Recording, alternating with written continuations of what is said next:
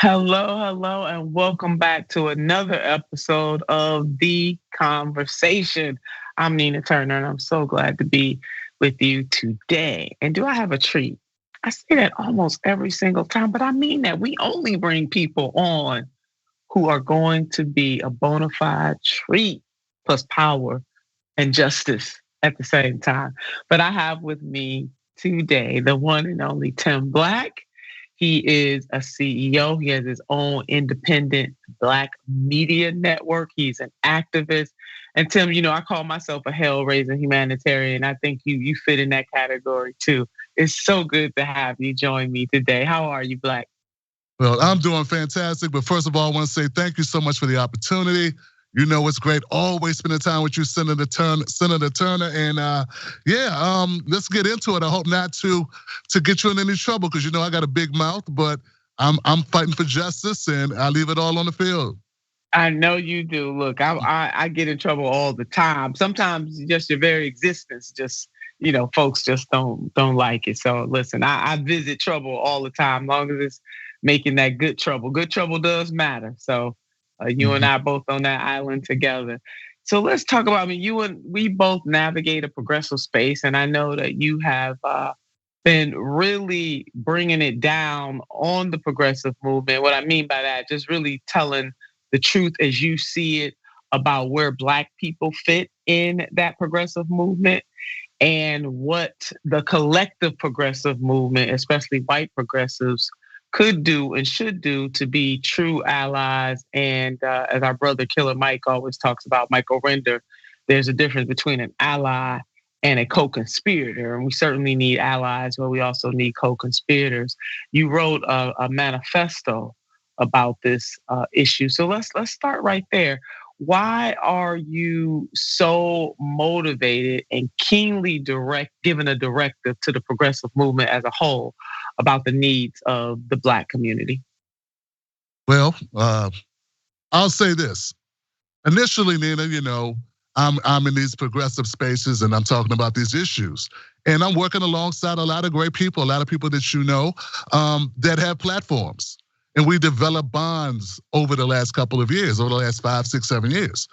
And all which is kind of considered that they also believed in Black issues and fighting for Black agenda in ways to uplift the Black community. But it became more and more evident as time went on that I was kind of alone in that space, and that just wasn't okay with me, The fact of the matter is, I'm forcing the issue about a Black agenda to progressives because someone's got to do it. We're 2% of the wealth in this country. We own 2% of the land in this country. We're 13% of the population, but 50% of the homeless population. We are 2% of the lawyers. Black women are 2% of female lawyers. Black men, 2% of male lawyers. 2% of doctors, 2% of engineers. We got this 2% rule. It seems like America won't let us do better than 2% unless we're talking about incarceration numbers, which were nearly 40%. So all of these issues combined said, Tim Black, if you have a platform and you are someone in this left space, this progressive space, been on the shows of all these great people, what good are you if you're not using your platform to further the issues and push the issue for reparations and a Black agenda? And that's really what it was. Yeah, and let's talk about that. I know that you've had Dr. Sandy Darity and Professor Mullins on your show. They have written, a book. They've been studying this issue, the issue of reparations to American descendants of slaves. Dr. Darity and Professor Mullins have been in this space for a very long time. They've worked with a lot of people over the years too. And you have interviewed them on your show. I certainly have had the privilege of having some conversations with them. Let's talk about the notion of reparations, particularly to American descendants of slaves. Why is that important for people to understand what reparations to Black folks who are descendant of enslaved people, what that will really mean for us? And then also what it means to a larger community and why we need allies from all walks of life, not just the white community. We need every community to lock arms and understand that Black people in America particularly African Americans, have a unique experience in this country. And that's really what this fight for reparations is all about. Well, reparations makes sense because it's a justice claim. It's because what is owed to American descendants of slaves is just is. When Black people do better, everyone does better. Yeah. We go back. We don't have to go back to slavery, but we can go back to slavery, and we all know the injustice. We know we talk about the sin of America, one of the original sins of America, the genocide of the Native Americans, indigenous folks, and then the slavery of Black folks, American descendants of slaves. But even after that, we can even start after that, because I don't think anyone would argue against a claim against slavery. I mean, that's just.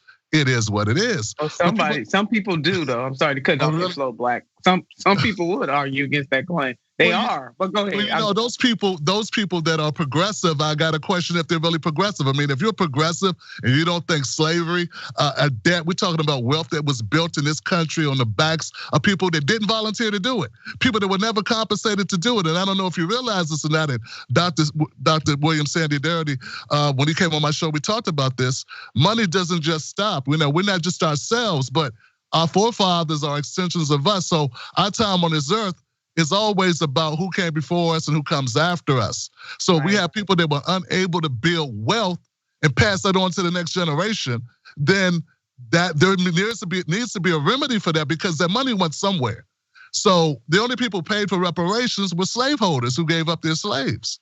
Black people were released. We were so-called free, but then we were put into prison. We were forced to. There you go. Sharecropping, but also the prison industrial complex, where we ended up working on the same plantations that we were freed from. And then we go on a couple years later, then we've got the white terrorism with the lynchings. We got Jim Crow. I mean, the list goes on. But when we talk about money and we talk about reparations, I'm talking about the Homestead Act, where white families, 1.5 million white families, were given 160 acres of land. We got none of that. We talk about the New Deal. People talk about Joe Biden and it's the New Deal. Well, Black people didn't get the New Deal. Less than 2% of the New Deal went to Black Americans. The GI Bill, we didn't get that. Less than 2% of us got that. So when we talk about reparations, we're talking about systemic institutions in America, whether by policy or by deed, that overlooked and omitted Black Americans from building wealth. And if you can't build wealth, you can't survive in a capitalistic society. That is so true, Black, and we need a New Deal, because yes, when you peel back the layers on the New Deal, FDR, as tremendous as it was, when this country went through the Great Depression in 1929, and to be able to have that kind of vision and to spend that kind of government resources to pull this nation out of the Great Recession. We know that it was really World War II, that ultimately got us out from an economic standpoint. But it was important to have that kind of vision. But the New Deal absolutely missed a great deal of the African American community. And so when we talk about the New Deal, although it was tremendous, we got to point out the racial inequities in that. And so we need anybody talking about a new deal, we got to put new on the new. We need a new deal. And another point, and I just want us to kind of rest right here for a minute, because some people, they want to know, and Dr. Darity is absolutely right. We are, all of us, no matter what our heritage is, we are extensions of those that came before us and those that will come after us. It's called, transferring, for example, generational wealth. Let me just use wealth. So if Black folks had no wealth to transfer, it puts us in the situation that we are in right now. And so I want to talk about a 21st century version of that. But before I get there, just listening to you made me think about General Sherman's special order number 15. It never happened. The general was on the right track, and then they stopped it. So the 40 acres, so if people don't know what that is, that was supposed to be the 40 acres and the mule, and it never happened. Land is king in this country, and especially when slavery was abolished, and not to be able to give the enslaved the land that they worked on. It was really their land, it was our indigenous, don't get me wrong, but the land that the enslaved worked on, that land was more their land than anybody else, but there was not anything given to our enslaved ancestors. And I hate to use the word given, they earned it. Earned it. But that didn't even happen. And so you perpetuate a generational wealth inequality. And so I want you to comment on that. And then I want to come to the 21st century, 2008. I'm old enough to remember the Great Recession. And social scientists say, they let us know that Black folks, it was hard on a lot of folks, but Black people in particular lost 50% of their wealth. Again, that line right there hurts African Americans right now in real time, and then what they may or may not be able to leave to any of their children or grandchildren moving forward. So we don't even have to go all the way back to paint this picture. We can start right here in the 21st century. So General Sherman Special Order number 15, and then what happened in the Great Recession when Black people lost the wealth coming from their homes disproportionately, I might add. Absolutely. As I stated earlier, if people are free, but they have no land and they have no means of production, and they have we talk about no substance, no sustenance, no shelter. We're talking about Black people dying from the elements. We're talking about starvation. We're talking about disease. We're talking about free, and then you go nowhere. So they end up back on those same plantations. So when you also compare that to the American government giving 160 acres to 1.5 million white families, but not giving the people that work that land, as you pointed out, any land. That was a compromise made, I guess, to appease Southern whites, racist whites who would not agree with it. I think that was the reason why that we didn't end up getting any land. But be that as it may, that's something that we could remedy. And I always tell my white progressive friends, I say, look, this is something that should have been done and taken care of over 100 years ago. We should be looking back right now going, hey man, remember that time America gave all those slaves all that land? Man, that they earned. Yeah, that they earned, that they owed, that they were owed. Like we should have to have that conversation. We should be beyond it, but unfortunately, this is where we are. So when I talk about institutional racism, we're not talking about Karens in front of Walmarts using the N-word. We're talking about systemic. We're talking about our prison system. We're talking about environmental injustice. We're talking about medical injustice. We're talking about all these institutions that impact educational injustice. We can go down the line. Nina, you know this stuff better than I do. And that's where I'm at. So just to piggyback a little bit and say, this is the reason why I came after progressives and will continue to go after progressives, because if I can't have you on my side, how can I have conservatives? And I know they're doing this for advantageous reasons for themselves. How can I have them more willing to look at reparations than progressives? That boggles the mind that they would be more open. Now, I know they may be doing it, Nina, in order to trick us, right? But the fact remains, my brothers and sisters who call themselves progressives, you have to be on board with reparations in the Black agenda because it's necessary. Now, moving forward, you said, what about today? Well, today, what I see when I look at mass incarceration, or you talked about Obama. Look, if the people that got bailed out were the banks, and the people, us, Black people, where wealth is kept, most American wealth is kept in homes. If you lose your home, you lose your wealth. It's really very simple. That's what people do. The American dream is to buy a home. The reason why you want to buy a home is you want roots. You want to be able to give that to your children as time goes on. And if you take that ability from us, which is what was done when it collapsed in 2008, and that is never restructured, that is never regained, that is never repaid. People are never repaired. Right now, that leads us to the homeless situation we have today, where I pointed out. You go some places, it's 60 to 70% of the homeless population are Black families. We're not just talking about single Black folks by themselves. If you go to Skid Row in California, you will see entire Black families in tent cities. This is the problem. And if I say, Nina, this problem that we have now, how does this exist? Either you agree, either you feel that this is what Black people have earned, if this is a penalty of their somehow an individual problem, or we have to say and admit this is a systemic problem that requires a systemic solution by our federal government. And I'm going to fight for that claim. And just even thinking about right in this moment, because we can start in this moment and then go backwards, or we can go backwards and come forward, however people want us to lay it out. I definitely am a proponent of reparations to American descendants of slaves post haste. They need to do it like yesterday. One of the things, some of the things, one is, and I penned a op-ed, and you may remember this. It was a few months ago, but with my dear sister Erica the Great, Erica Alexander. We both, she's been working on a reparations project too, and it's really good to see so many people, from people who are lesser known to people who are well known, really stepping up and talking about this issue.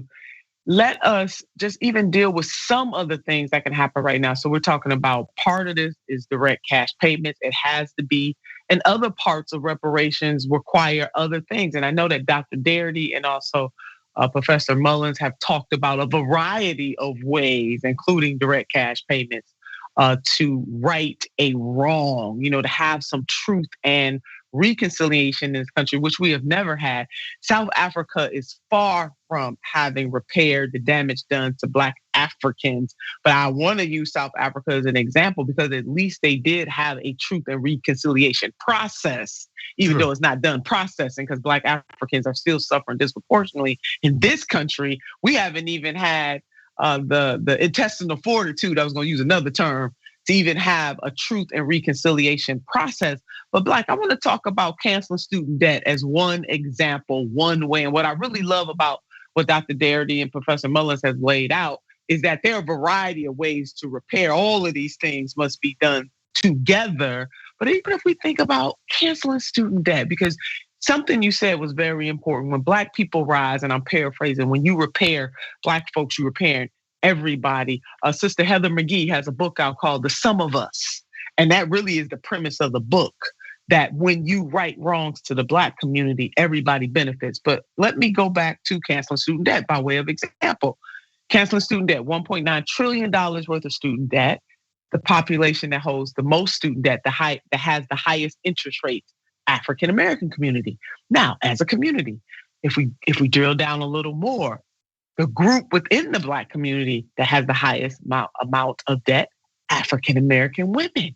Absolutely. Can you imagine, Black, what would happen if this president, who's been just kind of nibbling around the edges? I read an article where they're going to cancel about $2 billion. They canceled some debt for our sisters and brothers who are otherly abled already. Now they're about to do $2 billion worth more. It's 1.9 trillion. Do you know what kind of racial justice issue that would be, to cancel student debt in the United States of America, and the disproportionate positive effect that it would have on the African American community in particular? That's one example. That is one example. And of course, I agree that canceling student debt would be a great step. That's something, how could I not support that? Working class people, Black people particularly, we need that, we would benefit from that. People talk about Black girl magic. Well, that Black girl magic comes with a lot of student debt, which you already outlined.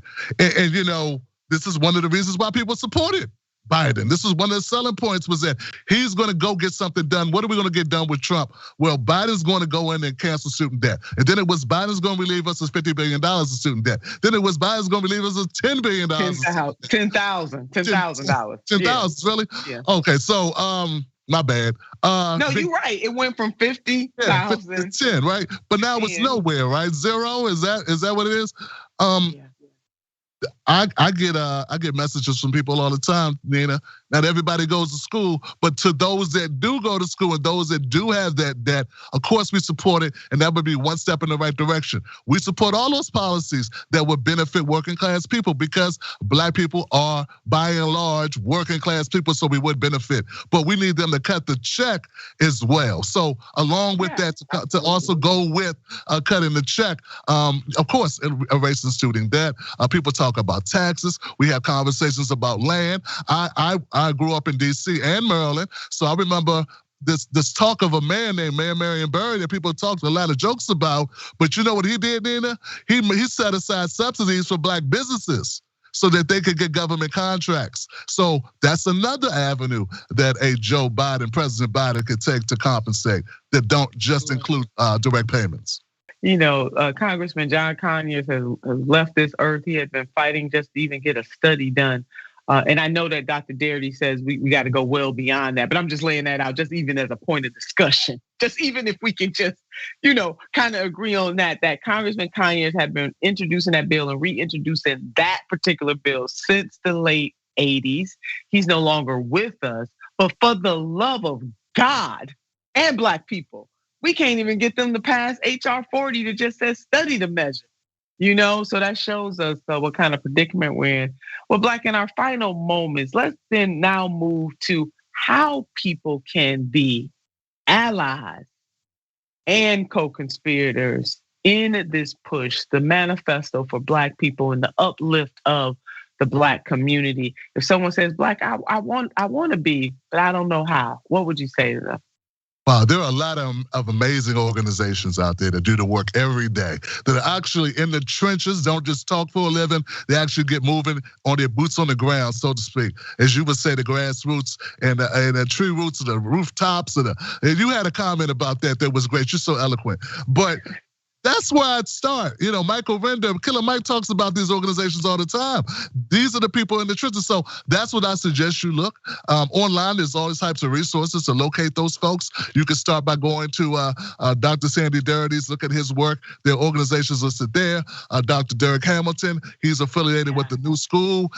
There are a number, a potpourri, a smorgasbord of organizations doing the work. And I support those organizations. You should also tell a friend. Like, I'm tired of Democrats coming around the churches telling Black people about, they're in the fight with us. They need to go to some white churches and talk to those people. So talk to your friends about racism and systemic racism, and vote for candidates that have Black agenda on their agenda in their policy prescriptions, like Nina Turner did. Talk about support those candidates that support us, because that's what's needed. We need to right this wrong, Nina, and there's a way to do it, and we have to do it by getting involved.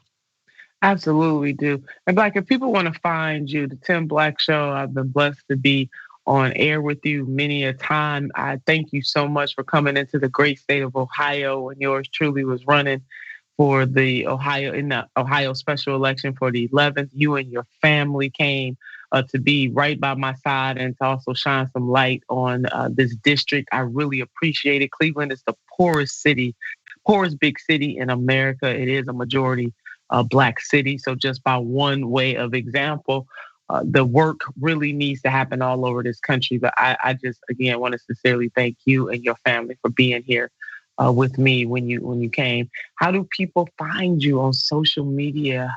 And how can they subscribe to the Tim Black Show? Go to TimBlackTV.com. That's my website. You can also find me as Pause with Tim Black, which is a podcast that I have now going on. And my show comes on at 11 p.m. Eastern Standard Time. Online. If you want it real and if you want it raw. And on Twitter, Black? Real Tim Black. Real Tim Black. If you want it real and if you want it raw, you need to support and join Mr. Tim Black on this journey of justice, because this is really what he's talking about, just plain and simple. If you want to know what reparations is about, it is about imparting justice, long delayed and denied justice to the Black community.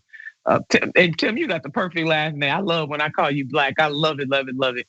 Thank you so much, Mr. Tim Black. You are absolutely fabulous. So glad that you are a hell-raising humanitarian like myself, and that you are using your independent media platform to speak a type of truth.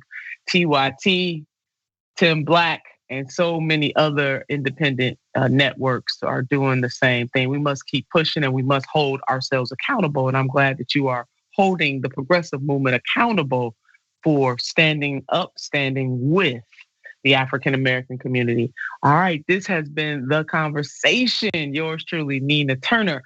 I do want you to keep the faith and keep the fight.